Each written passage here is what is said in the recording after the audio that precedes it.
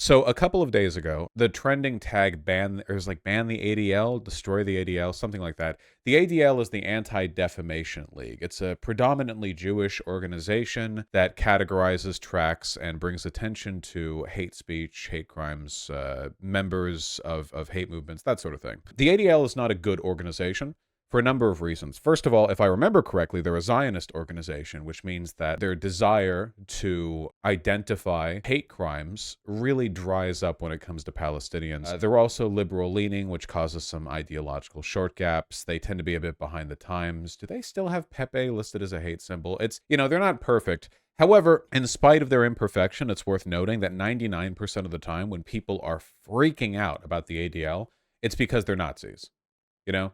Like, for instance, George Soros. Is he a great guy? No.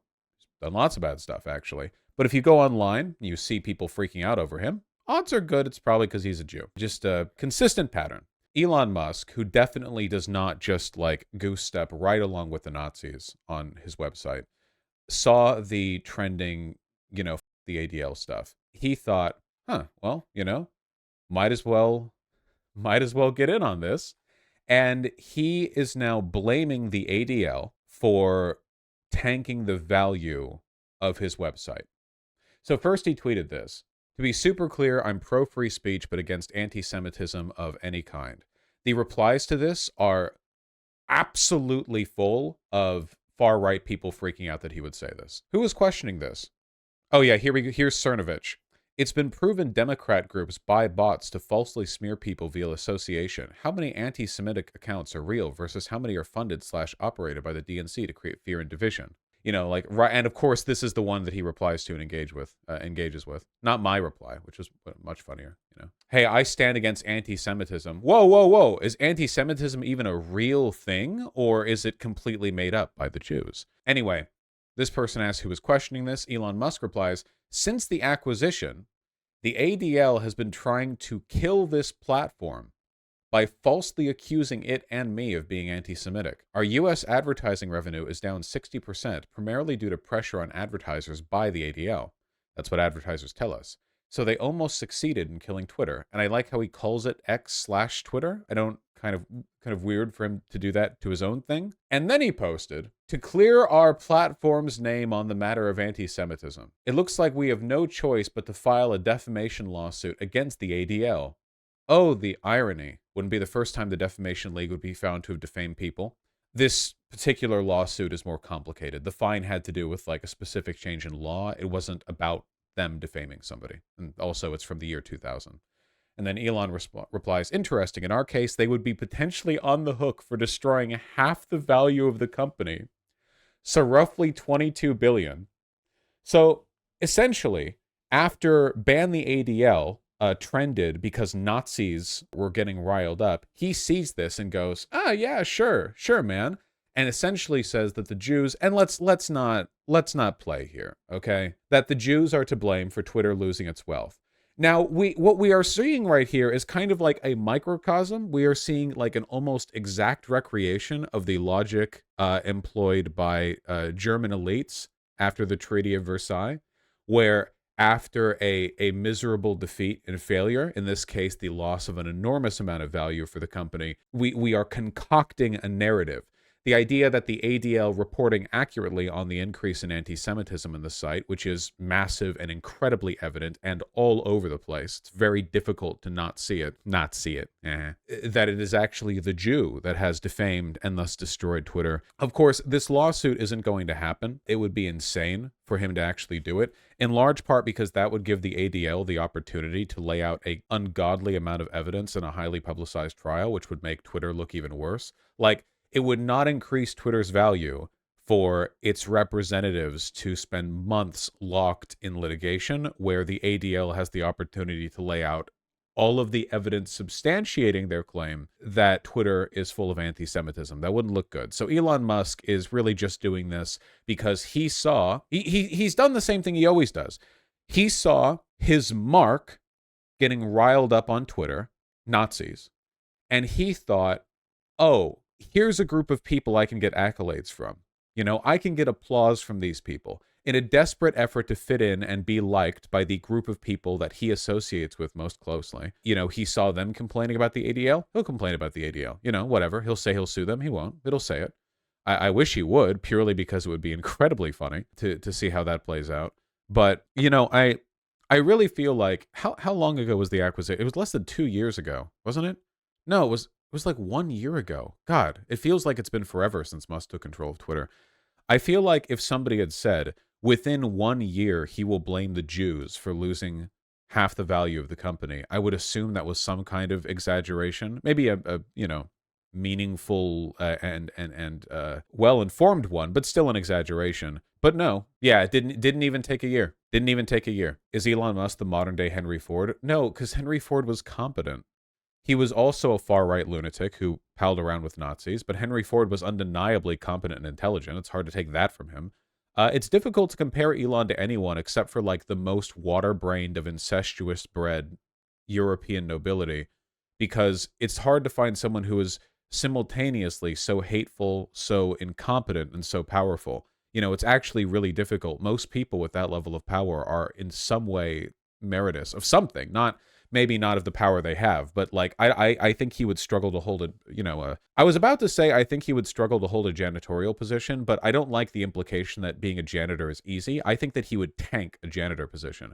I don't know what job he could do. You know, I don't know what I don't know what he's fit for. Certainly not this, unless the job is tanking Twitter, in which case he's doing it better than anyone else, and anyone else could. Head of the ADL, Jonathan Greenblatt, called Tucker Carlson an obvious anti-Semite and demanded he be deplatformed from X. Should Tucker sue the ADL for defamation too? Remember how all these guys claim to be pro-free speech, but the nanosecond you call them out for any of the shit they do? It's like how people said that Donald Trump was like the free speech guy, but one of the loudest claims he had on the subject was expanding libel and defamation laws so he would have an easier time suing the press for accurately covering what he did. Tucker is welcome to join our suit. A class action lawsuit of 2. It's just, all of the Nazis on Twitter uniting in a 1,000-man class action lawsuit against the ADL. Absolutely. Well, Tucker's a white supremacist. When Tucker Carlson did his bit on Twitter, when he moved from Fox News to Twitter, he just sounded like a Nazi. Like, remember? Didn't he? He was literally calling like Zelensky a rat. Ukraine, as you may have heard, is led by a man called Zelensky. And we can say for a dead certain fact that he was not involved. He couldn't have been. Zelensky is too decent for terrorism. Now, you see him on television, and it's true you might form a different impression. Sweaty and rat-like, a comedian turned oligarch, a persecutor of Christians, a friend of BlackRock. But don't believe your own eyes. With the to whatever degree of subtlety he was engaging in this behavior prior while on Fox, all of that went out the window. Yeah, a greedy, rat-like persecutor of Christians. That's what he called him. That's right. Yeah. Which is like, Jesus Christ. Just say it, man. Just say it. Set yourself free. You can just say Jew. You know, you don't have to. Tucker, you're dancing around it so much. I like how Keith Woods is tagged in this thread as well. If I remember correctly, he is also a Nazi. Oh, yeah. Hashtag ban the ADL. What is this? Vosh? From Keith Woods. Watch the moment I exposed Israeli intelligence officer Vivian Bersovici trying to disrupt the ADL files Twitter space. After asking about her background working with Israeli intelligence firm Black Cube, she quit the space and deactivated the account. What? I don't have any context for this. The ADL files. I can't speak much to the claims of Israel having people. There's literally a groiper right here as one of the speakers. I can't speak much to Israel having like agents online to disrupt and do psyops or whatever, because they literally do that. So that is true. Whether or not that particular instance is true, can't say. Doesn't Russia all do that? Many countries do this to some extent, but Israel does it very, very, very aggressively. Remember when he called himself an anarcho-syndicalist? Keith Woods literally calls himself a third positionist / national socialist. Yeah, I gotcha. Wow, what a surprise. Considering Saudi money was largely responsible for Elon being able to finance the purchase of Twitter, Twitter accused of helping Saudi Arabia commit human rights abuses. Lawsuit says network discloses user data at request of Saudi authorities at much higher rate than for US, UK, and Canada. Is this a surprise? Elon Musk screams and screams about free speech, protecting people from government, not giving in to government compliance, and then he immediately turns around and gives censorious information to Modi in India, to Erdogan in Turkey, and now he's turning around and doing it in Saudi Arabia. He doesn't. He obviously doesn't give a shit about freedom of speech or anything. He's perfectly fine seeing people being executed for him.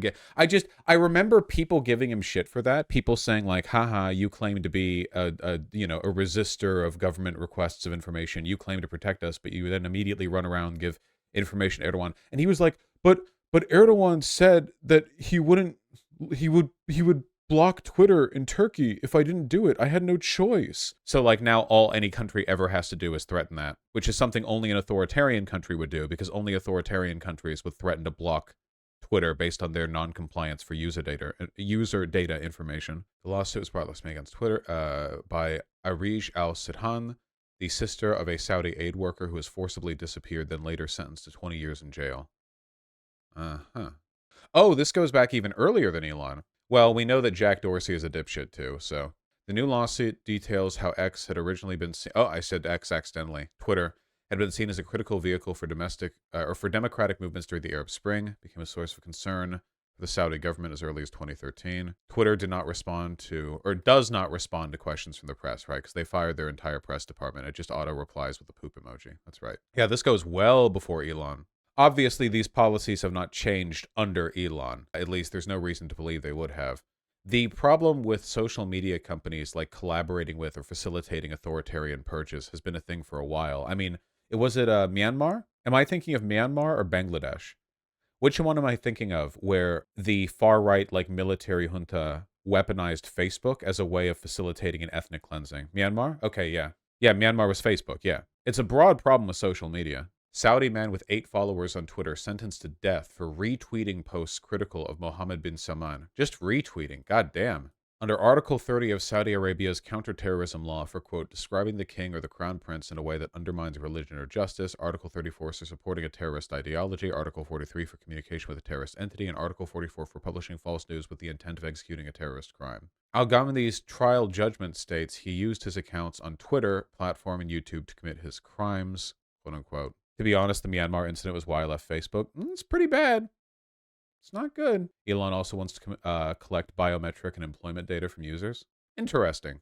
And how are we doing this? Biometric data on its users, such as a photograph of their face, and an update to its privacy policy. Who signed up can choose to provide a selfie photo ID. The policy also states Twitter may collect employment and educational history. This would be to, quote, recommend potential jobs for you to share with potential employers when you apply for a job. It's been speculated Twitter might want to offer recruitment services. This is perfect, actually. This is him. He really knows his user base. You use Twitter frequently? Get a job. I understand. Twitter acquired a tech recruiting services called Lasky. Oh, I've heard of them. According to reports, the first takeover of a company since Elon Musk bought Twitter, as it was then known. $44 billion. The new privacy policy will come into force later this month. It states, we may collect and use your personal information, such as your employment history, educational history, employment preferences, skills, abilities, job search activity, and engagement, and so on, to recommend potential jobs to you, to share with potential employers when you apply for a job, to enable employers to find potential candidates, and show you more relevant advertising. Man, it really is incredible how far we've come from the beginning of the internet, where the beginning of the internet, it was like total anonymity was the default expectation. People would just go online with whatever username, and that would be that. And now there are only 5 websites left on the planet, and all of them want to get your blood data and DNA sequencing strands so they can recommend you like exactly what Amazon warehouse to die in. Just remarkable. Establish more targeted and individual experiences for users and rival platforms such as LinkedIn. So this is part of making it like the everything app. Of course, it's not going to work. You know, the only businesses that are going to like sincerely advertise jobs on Twitter are going to be crypto scams, call centers, and other places that people don't or shouldn't want to work at. You're not going to outdo LinkedIn, but in the process of trying to, he will collect a bunch of like biometric data that he can use to sell for money, which is how a lot of websites make their money, by selling user data. Dr. Stephanie Hare, tech ethics researcher, says the data collection, quote, is a massive data grab, though with your consent. I disagree completely. I don't think that updates to a website's terms of use or like the little do you accept all cookies thing is reasonably consent, okay?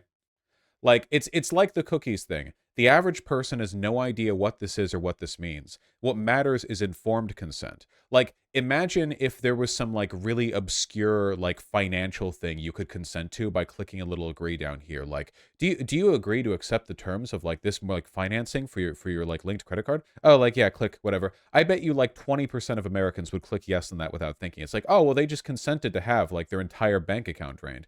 Not really. I think that when it comes to stuff like regarding anything of your personhood, your privacy, you kind of need to be sat down and have it explained to you, but nobody's going to have that done for them for a website. So functionally, it's either forced on you or not. The company told the BBC Twitter will give the option to provide their government ID combined with a selfie to add a verification layer. Biometric data may be extracted from both the government ID and the selfie image for matching purposes. This will additionally help us tie, for those that choose, an account to a real person by processing their government-issued ID. Are you guys ready to upload your driver's license to Twitter? Are you ready? This will help Twitter fight impersonation attempts and make the platform more secure. Hmm. You know, we once had a system to help fight impersonators. Wonder what happened to it. Mr. Musk has also reiterated Twitter's plans to give users the option to make video and audio calls. He said the feature works on iOS, Android, Mac, and PC, and no phone number would be needed. I know that Elon's like an old dude. Has somebody explained to him that the ability to video call people via a social media site is not new? Are you guys ready to get unsolicited video calls from people? Like, I'm going to boot up Twitter in service of like an argument that I'm making on stream for a segment, and I'm going to get 57 video calls from followers trying to get my attention. Do you think they're going to pop up on the side, or do you think that they're going to do the right thing and just have it like locked in with the unsolicited call thing? What if I already have accepted a DM request from someone like 2 years ago, replying to something what they said, and then they call? He wants Twitter to be the everything app. Remember, this is him making baby steps towards that. Yeah, but it's wrong, and it's not going to work.